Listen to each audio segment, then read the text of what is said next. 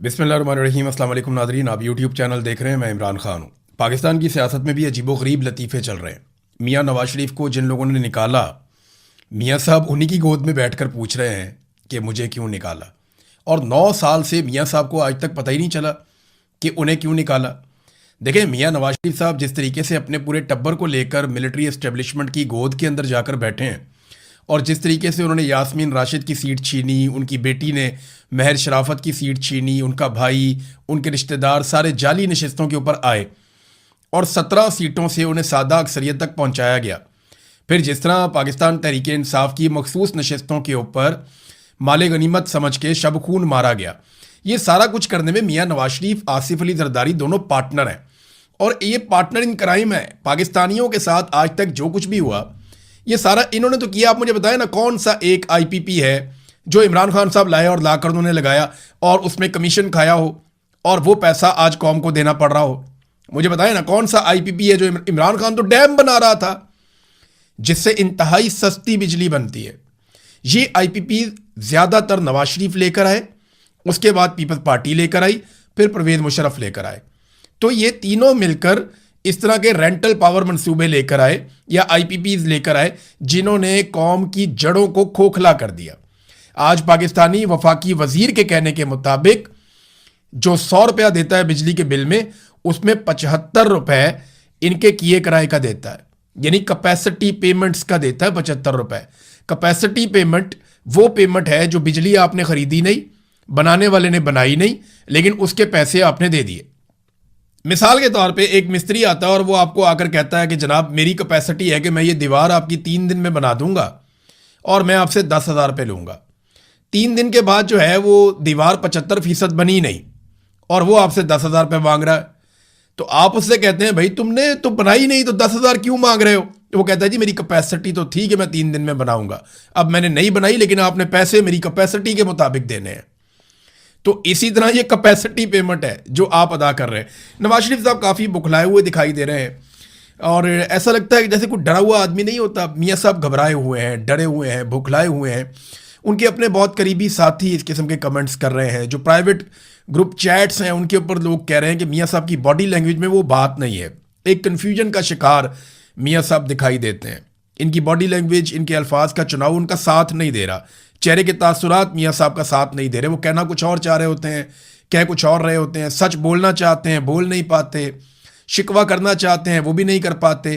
तो मियाँ साहब एक ऐसे सियासी मोड़ पे आकर खड़े हो गए जहाँ पे उन्हें फैसला करना पड़ेगा, या इक़्तिदार या इज्जत और सियासत। अगर तो सियासत करनी है इज्जत के साथ तो फिर इक़्तिदार को, मियाँ साहब को लात मारनी पड़ेगी और पाकिस्तान की मिलिट्री एस्टेब्लिशमेंट के सामने अपना सीना करना पड़ेगा, जैसे इस वक्त इमरान खान साहब ने किया हुआ है। आज मियाँ साहब कहें जी कि हम पाकिस्तान को मिलिट्री एस्टेब्लिशमेंट की सियासत से पाक करते हैं और जरदारी साहब से इसके बारे में बात करें, तो मैं आपको गारंटी करता हूं कि इमरान खान फौज के साथ खड़ा नहीं होगा, क्योंकि इमरान खान ने माजी करीब में ये बात साबित भी की है। अब नूरा कुश्ती इस वक्त चल रही है गिलगित बल्तिस्तान में। एक कहता है जी 2000 मेगावाट बिजली बनाना हमारे बाएं हाथ का काम है, दूसरा कहता है जी अगर बाएं हाथ का काम है तो तूने बनाया क्यों नहीं? भाई सवाल ये पैदा होता है कि जो तुम लोगों ने मनसूबे लगाए, कौम उसका अभी तक खर्चा उठा रही है। जिस किस्म के आईपीपी या पावर प्लांट्स तुम लोगों ने लगा दिए पाकिस्तान में, कौम बिल दे देकर कौम की कमर टूट गई है। इजाफी बिजली पैदा कर दी है और वो भी लोगों को फराहम नहीं कर रहे, लोड शेडिंग हो रही है। ये जितनी तबाही आज तक हुई है ना पाकिस्तान में, उसके लिए ज़्यादातर जो माशी तबाही के लिए जिम्मेदार हैं वो दोनों पॉलिटिकल पार्टीज हैं और फिर एस्टेब्लिशमेंट है। इन्होंने मिलकर पाकिस्तान में सारी की सारी मुआशी तबाही की है। और नूरा कुश्ती का इनका मॉडल बहुत पुराना है। ये हमेशा से आपस में नूरा कुश्ती करते हैं, पहले एक आता है फिर दूसरा आता है और इसी तरह ये सिलसिला चलता रहता है। सियासी मैदान के जो असल खिलाड़ी है इमरान खान, उसको डाला हुआ इन्होंने काल कोठरी में और उसके हमायतियों पर पाबंदियां लगा के ये रेलू कट्टे जो हैं वो इस वक्त आपस में लड़ रहे हैं। ये सारे रेलू कट्टे हैं। इस वक्त इमरान खान का मुकाबला अवामी मैदान के अंदर ये नहीं कर सकते। अंपायर भी इन्होंने साथ मिलाया हुआ है। तो जब इमरान खान है ही नहीं तो फिर आप बड़ा जलसा करें, छोटा जलसा करें, इससे फर्क क्या पड़ता? या तो आप पाकिस्तान तहरीक इंसाफ को खुला मैदान देते, उन्हें मौका देते इलेक्शन लड़ने का, वो आते अपने इंतखाबी निशान के साथ, उनके लोग वहां पे कंपेन करते, वो आपके ऊपर तनकीद करते और आपको काउंटर करते, तो फिर तो होता मैदान के अंदर मुकाबला। आपने उन्हें कोई मौका ही नहीं दिया। इसके बावजूद मंजी ठुकी पड़ी है। इसके बावजूद एस्टेब्लिशमेंट और हुकूमत परेशान है कि हमने गिलगित बल्तिस्तान में हुकूमत बनानी कैसे है। कश्मीर से भी नादरीन खबरें कोई अच्छी नहीं आ रही, लेकिन एक चीज़ कश्मीर से मुझे पता चली है कि कश्मीर में जो एस्टेब्लिशमेंट के नुमाइंदे काम कर रहे हैं, उन्होंने जो मुज़ाकराती कमेटी की हुकूमती साइड है उनसे ये कहा कि आप 12 के बजाय 6 सीटें कर लें। यानी अगर आप हमें 6 सीटें कश्मीर के बाहर से दे दें तो बाकी हम कश्मीर के अंदर से मैनेज करके अपनी हुकूमत बनाने में कामयाब हो जाएंगे, वरना पाकिस्तान तहरीक इंसाफ का रास्ता रोकना मुमकिन नहीं है। यानी वो कह रहे हैं कि इतनी धांधली हम कर लेंगे, फार्म 47 इतने जारी कर लेंगे, दूर दराज के इलाके हैं, कुछ ऐसे हल्के हैं जहां पे हम इलेक्शन को मैनिपुलेट कर सकते हैं, लिहाजा हमें अब मौका दें, 6 सीटें कम से कम हमें चाहिए होंगी बाहर से। अब हुकूमत इस बात पर राजी होना शुरू हो गई है कि जनाब हम सीटों की तादाद कम कर देते हैं। ये वो महाजरीन की सीटें हैं जिनकी बुनियाद के ऊपर मिलिट्री एस्टेब्लिशमेंट कश्मीर के अंदर हमेशा से अपनी कठपुतली हुकूमत कायम करती आई है और इस मरतबा भी अपनी हुकूमत कायम करना चाहती है। तो ये 12 सीटें उनके लिए बहुत ज़रूरी है, क्योंकि कश्मीर में इतने बड़े पैमाने पर धांधली करना आसान या मुमकिन नहीं होगा। हाँ, अब ये कहा जा रहा है कि जनाब सीटें कम कर ले, हमें अगर 6 भी मिल जाए ना तो ओवरऑल भी 6 कम हो जाएंगी। यानी अगर आप इसको फर्ज करें 50 हैं तो आप 6 कम करेंगे तो ओवरऑल भी तो नंबर कम हो जाएगा ना। तो अगर आप 6 भी हमें दे दें तो बाकी हम मैनेज कर लेंगे कश्मीर में से। तो हुकूमत इस बात के ऊपर कुछ हद तक राजी हुई है, ये खबरें चली हैं सोर्सेज से। लेकिन देखें कर क्या रही है पाकिस्तान की एस्टेब्लिशमेंट। पाकिस्तान की एस्टेब्लिशमेंट इस वक्त गिलगित बल्तिस्तान और कश्मीर को फतह कर रही है, और जहां पे इन्हें फतह करना था वहां क्या हो रहा है ये देखें। भारत पाकिस्तान का पानी फतह कर रहा है। भारत में एक तजवीज़ आई थी, अब उसके ऊपर काम हो रहा है और प्रैक्टिकली काम हो रहा है। ये मनसूबा 2029 में मुकम्मल हो जाएगा। अभी इसका पोल खोल दिया है हिमाचल प्रदेश के गवर्नर ने भी। वो कर ये रहे हैं कि दरियाए चनाब जो पाकिस्तान का पानी है, देखें जो सिंध तास मुआहदा था उसके मुताबिक 3 दरिया हमारे थे, 3 दरिया इंडिया के थे। हमारे दरिया कौन से थे? हमारे दरिया थे चनाब, सिंध और जेलम, जबकि इंडिया के थे सतलुज, ब्यास और रावी। अब हुआ ये कि इंडिया आहिस्ता आहिस्ता पाकिस्तान के पानियों पे कब्जा करता गया। उसने डैम्स बनाए, परवेज मुशर्रफ नहीं रोक सका, उसके बाद कोई और हुकूमत नहीं रोक सकी। तो इंडिया हमारे पानियों पे डैम बनाता रहा, हमारे पानियों के ऊपर रुकावटें खड़ी करता रहा और वहाँ पे मंसूबे बनाता रहा और आहिस्ता आहिस्ता पाकिस्तान को बंजर करने की साजिश पे अमल करता रहा। अब दरियाए चनाब जो एक बहुत बड़ा जरिया है पंजाब में ज़मीनों को सैराब करने का, हमारे बहुत सारे इजला ऐसे हैं जो खुश्क हो जाएंगे अगर इन्होंने कहीं चनाब और इसका पानी रोक दिया, चनाब का पानी कहीं बदल दिया। तो दरियाए चनाब से ये पानी निकालकर दरियाए ब्यास में मुंतकिल करने जा रहे हैं इंडियन सरजमीन के ऊपर। और ये सारा काम वो करने जा रहे हैं एक ज़ेरे ज़मीन वाटर वे के ज़रिए से। कोई टनल बनाएंगे, सुरंग बनाएंगे और उसके ऊपर काम हो भी रहा है। कोई 9 किलोमीटर का इसका फासला बताया जा रहा है कि यहाँ से पानी को दरियाए चनाब से निकालेंगे और लाखों क्यूसिक पानी यहाँ से शिफ्ट कर देंगे, मिलियंस ऑफ क्यूसिक्स पानी यहाँ पे शिफ्ट कर देंगे दरियाए चनाब से निकालकर दरिया ब्यास में, और फिर पाकिस्तानी जो है वो प्यासे रहेंगे, पाकिस्तानी ज़मीनें बंजर होंगी। और ये प्रैक्टिकली इसको कर रहे हैं। 2029 में इन्होंने इसको मुकम्मल कर लेना है। इंडिया नहीं, उसका दावा है। अब एस्टेब्लिशमेंट की तवज्जो यहाँ होनी चाहिए थी। वो आज़ाद कश्मीर और गिलगित बल्तिस्तान की हुकूमतें फतह करने पर लगे हुए हैं। ठीक है, जिसकी जो तरजीहात हैं उसको वो मिल जाएगा। इंडिया इस वक्त पानी हासिल करना चाहता है, हमारी एस्टेब्लिशमेंट हुकूमत हासिल करना चाहती है। ये डिक्टेटर जब भी मुसल्लत होते हैं ना नाज़रीन, तो इनके साथ जो लोग टाउट्स बन जाते हैं या जो लोग इनके सहूलतकार बन जाते हैं या जो लोग इनको सपोर्ट फराहम करते हैं, पॉलिटिकल लोग, उन्हें हर चीज़ की माफ़ी होती है। मिसाल के तौर पे यहाँ पे जियो न्यूज़ जो इस वक्त हुकूमत का बहुत पसंदीदा न्यूज़ चैनल है, जियो ने खबर दी है और उन्होंने कहा जनाब कि हमने कोशिश की RTI के ज़रिए राइट टू इंफॉर्मेशन, ये पाकिस्तान के अंदर भी एक कानून है, इंडिया में भी है, पूरी दुनिया में है कि आप लिख कर जवाब मांग सकते हैं। वो कहते हैं जी हम कोशिश करते हैं मरीम नवाज़ के बारे में जवाबात मांगने की कि कौन से ट्रिप पे कितने बंदे गए और किस खाते में गए, हमें तफसीलात दी जाए। तो हमें कहीं से पंजाब हुकूमत कोई तफसीलात देती नहीं है। यानी ये आइन को और कानून को नहीं मानते, ये बताते ही नहीं है।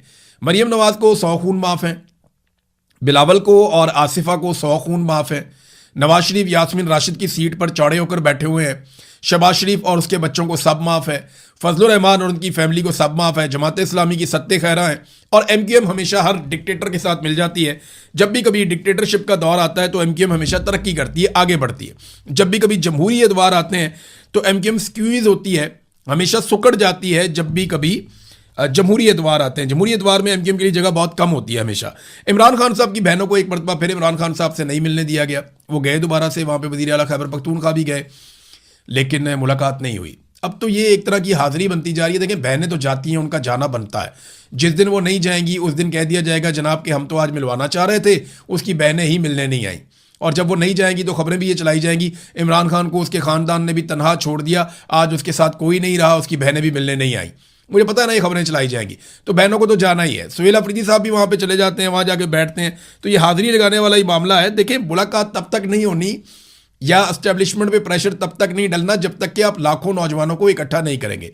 सुहेल अफरीदी साहब के बारे में हर वीलॉग में मैं एक बात कहता हूं, मेरा कोई उनसे कोई झगड़ा नहीं है, लेकिन देखिए उनके पास एक मौका था, उनके पास एक शानदार मौका था, एक लोगों के अंदर एनर्जी आई थी, लोगों ने तवक्को बांध ली थी उनसे, वो लाखों नौजवानों को इकट्ठा करके सबके मुंह बंद कर सकते थे और वो एस्टेब्लिशमेंट को उस जगह पे ला सकते थे जहां पे एस्टेब्लिशमेंट उनके साथ खुद बैठकर बात करने पर और उनको इंसाफ देने पर राजी हो जाती कि ठीक है जी, हम बीच में से निकलते हैं। ये वो कर सकते थे, लेकिन वो इस रास्ते पे चले नहीं, बदकिस्मती से, और उन्होंने एक कदम भी नहीं बढ़ाया जो इमरान खान साहब ने स्ट्रीट मूवमेंट का कहा था, उस तरफ वो नहीं बढ़े। बहरहाल सुहेल अफरीदी ने एक स्टेटमेंट दिया बजट के हवाले से, उन्होंने धरने की धमकी दे दी है कि जनाब हम धरना देंगे। देखिए, अभी वो वजीर आला हैं खैबर पख्तूनख्वा के, अगर पार्लियामेंटेरियन जाके कौमी असम्बली के बाहर धरना भी दे देंगे तो क्या बजट रोक लेंगे? ये बजट तो पास हो जाएगा, आराम से पास हो जाएगा। पीपल्स पार्टी और PMLN ने बजट पास करना है, उन्होंने ताखीर क्यों की है? अभी बजट की डेट आगे लेकर चले गए। ताखीर इसलिए की है कि सारे के सारे फंसे हुए हैं गिलगित बल्तिस्तान के इलेक्शन में। वहाँ से इलेक्शन जब एस्टेब्लिशमेंट इनको जितवा देगी तो ये पहुँचेंगे वापस इस्लामाबाद, एस्टेब्लिशमेंट इनको इलेक्शन जितवाएगी और ये एस्टेब्लिशमेंट और IMF की मर्जी का बजट पास करवाएंगे पीपल्स पार्टी और PMLN मिलकर। यही सौदेबाजी है सियासत की, और इन्होंने हमेशा सौदेबाजी ही की है। बजट के ताखीर होने की एक वजह और भी बताई जा रही है, वो ये है कि हुकूमत कुछ और कानून साजी भी करना चाहती है, जिसके बाद IMF के साथ मिलकर ये हुकूमत अवाम का खून ज़्यादा बेहतर अंदाज में और ज़्यादा आसानी से नचोड़ सकेगी। तो ये जनाब कुछ कानून साजियाँ करनी है, इस वजह से थोड़ी सी ताखीर भी हो गई है। अब आ जाए नाजरीन कुछ बैनुल अक़वामी खबरों की तरफ।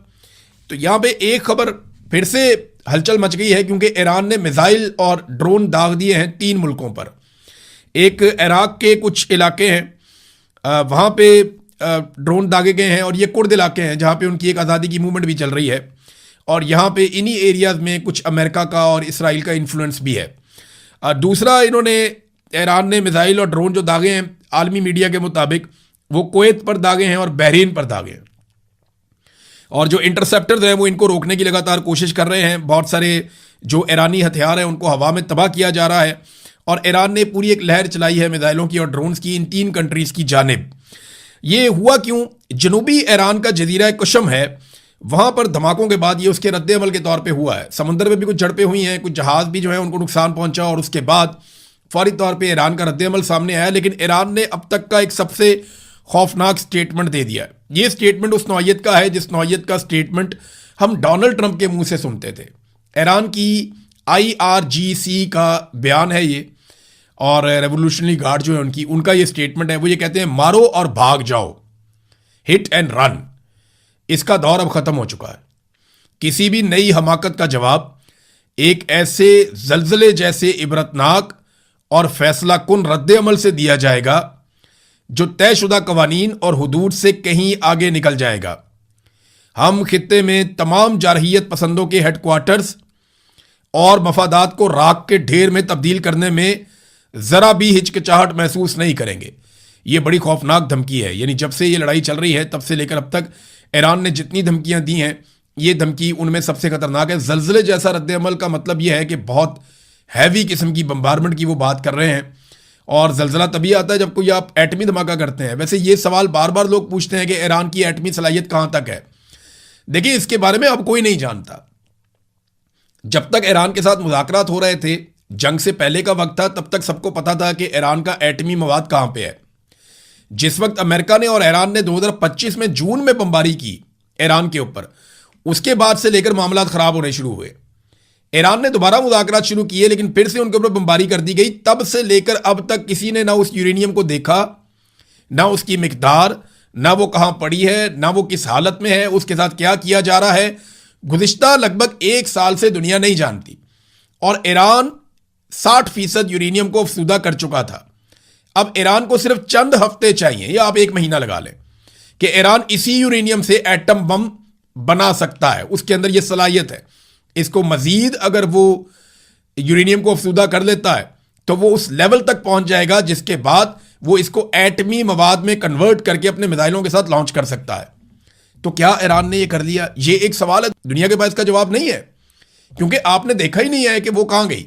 जो आलमी निगरानी का इदारा है IAEA, वो लोग तो बाखबर ही नहीं है, उनको पता ही नहीं है कि ये कहां गई है ईरान की यूरेनियम और किस जगह पड़ी हुई है और उसके साथ अब क्या हो रहा है और वो किस हालत में है। ये अमेरिकन ने और अमेरिकी तजियाकारों ने, दिफाई तजियाकारों ने इस बात के बारे में बात भी की थी और उन्होंने कहा था कि हम अब नहीं जानते, हम एक अंधेरे में हैं इस यूरेनियम के हवाले से। तो ईरान का ये स्टेटमेंट जो है ये इतना सादा नहीं है। मार्को रूबियो ने इस जंग के बाद पहली मरतबा अमेरिकी सेनेट के सामने स्टेटमेंट दिया। एक तो बात उन्होंने गलत की, गलत बयानी का उन्होंने मुजाहरा किया। एक बात पे उन्होंने कहा जी कि ईरान में हमने हथियार फराहम नहीं किए और हम इसके खिलाफ हैं कि ईरान के रजीम को तब्दील करने के लिए वहाँ लोगों को हथियार दिए जाएं। मगर डोनाल्ड ट्रंप ने माजी करीब में खुद एक स्टेटमेंट दिया था जिसमें उन्होंने कहा था कि उन्होंने हथियार फराहम किए लेकिन वो काम नहीं हो सका, बल्कि उन्होंने कुर्दों से शिकवा भी किया कि हमने उन्हें हथियार दिए और उन्होंने उन हथियारों को उस मकसद के लिए इस्तेमाल नहीं किया।